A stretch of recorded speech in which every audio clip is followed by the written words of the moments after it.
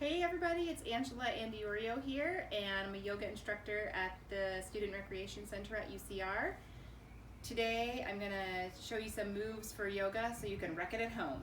Remember to check with your physician before starting any kind of physical activity at home.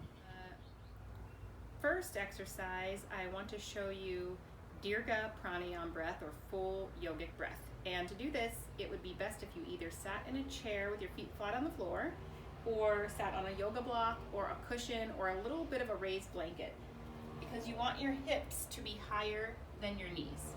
You could sit in either a cross-leg position, like so, or you might opt for kneeling if that's better for your knees. If you have a block, you can bring it up to the intermediate height, kneel and place it between your ankles, and then sit back over your block or two blocks. So once you have a seat, allow your eyes to close down.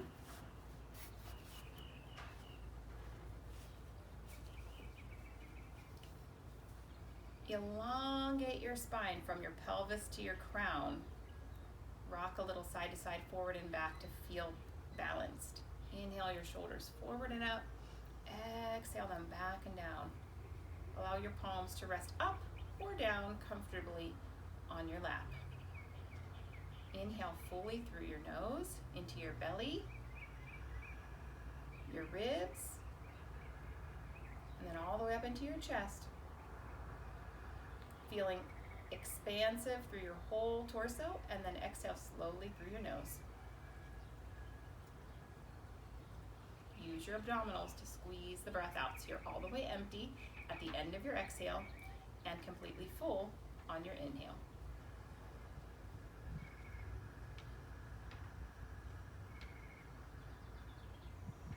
If it helps, you could place your hand on your belly, your ribs, or your chest to feel the movement of the breath.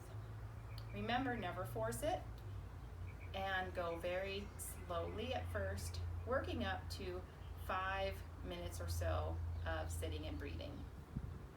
This breath will help you to release tension in your abdomen, shoulders, chest, help you to allow your nervous system to slow down and rest. I hope you enjoy the Dirga Pranayama breath, and you'll start practicing it in the morning or in the evening, or at some point throughout your day, each day. Here again, I want to show you 3 different ways you can do the cat-cow pose. This is way number 1, doing cat-cow seated. So you'll find your cross-legged seat or seated on a chair, hold your knees, and round back. Let your arms extend and your chin roll to your chest and your tailbone tuck under. As you inhale, pull your heart through, move your shoulders away from your ears, lift your tailbone and look up. I'll go to the side so you can see from a different angle. We're inhaling and exhaling and rounding. Inhaling, use the Dirga breath that we learned. Exhale and round.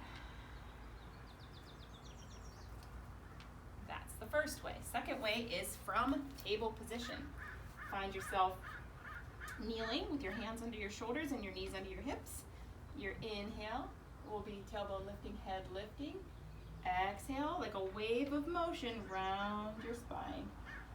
Chin to chest and tailbone tucking under. If this bothers your wrists in any way, you can use blocks under your forearms or just simply lower your forearms down onto your mat. You can do cat-cow here. Elbows are under the shoulders.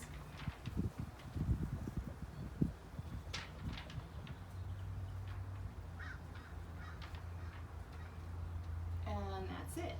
One last way is a standing cat-cow.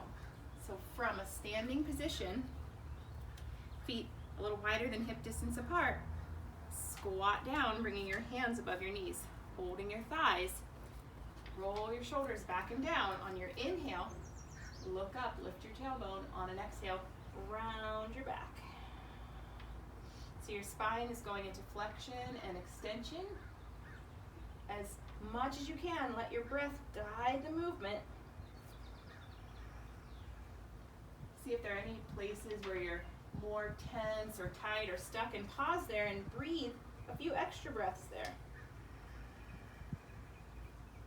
When you're finished, sit in stillness for a few breaths and feel the effects of the cat-cow.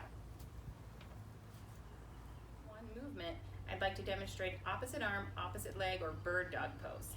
So you'll find a table position using blocks under your forearms or just hands under your shoulders. Knees are underneath your hips. Pad your knees as needed with a blanket or a soft towel folded up under your knees for support. On your inhale, let your leg extend back, toes to the floor, and possibly float your foot up. If you need to, you can keep your toes down. Feel your low back, make sure there's no dip in it, and press your back up into your hand to get the abdominals, transverse abdominals to engage. If you're floating the foot, you can float the foot and inhale your opposite arm up alongside your ear. The whole time your gaze is down at your mat, you're spreading your fingers and toes wide, pressing back like you're high-fiving the wall behind you, and reaching in the opposite direction, pulling a big diagonal stretch across your body. As your exhale comes, your hand and knee come back to the ground. Simply switch. You could do your arm first, then your leg, then your arm, or try to do both at the same time to challenge yourself. Inhaling fully, use your Dirga breath, exhale all the way down. So make your breath long and slow. Really radiate in all directions. Keep your chest and hips square to the floor. And that's it. That's opposite arm, opposite leg, or bird dog pose. The last thing for day one that I want to show you is a knee down twist. From lying on your back, let your arms open up to your side like a T. Inhale, bring your knees off the ground, your feet off the ground, and your knees into your chest. Allow your legs to drift all the way to one side. You'll hang out there for a few breaths. Inhale your way back to center, and then let your legs drop to the other side. Going for 90-degree bend in the ankles, knees, and hips. You can anchor the legs down with your arm. Think about lengthening from your tailbone to your crown, allowing your neck and head to move whatever way feels most comfortable. Softening back through your opposite shoulder as you breathe in the Dirga breath. When you're finished, coming back to center and resting. So for your day one recap, I would say start off with 5 minutes of your Dirga pranayama breath, that full yogic breathing. Then work your way into any of the 3 cat-cow variations, seated, from table, or standing. And then in the evening, and then do your opposite arm, opposite leg. That's your morning practice or daytime practice. Then in the evening, do any variant on cat-cow, including that Dirga breath, and then go ahead and end with a knee down twist, using your slow deep breath to help relax you. So if you do that, you'll have a good 5 to 20 minutes of yoga for your day one. Have fun wrecking it from home.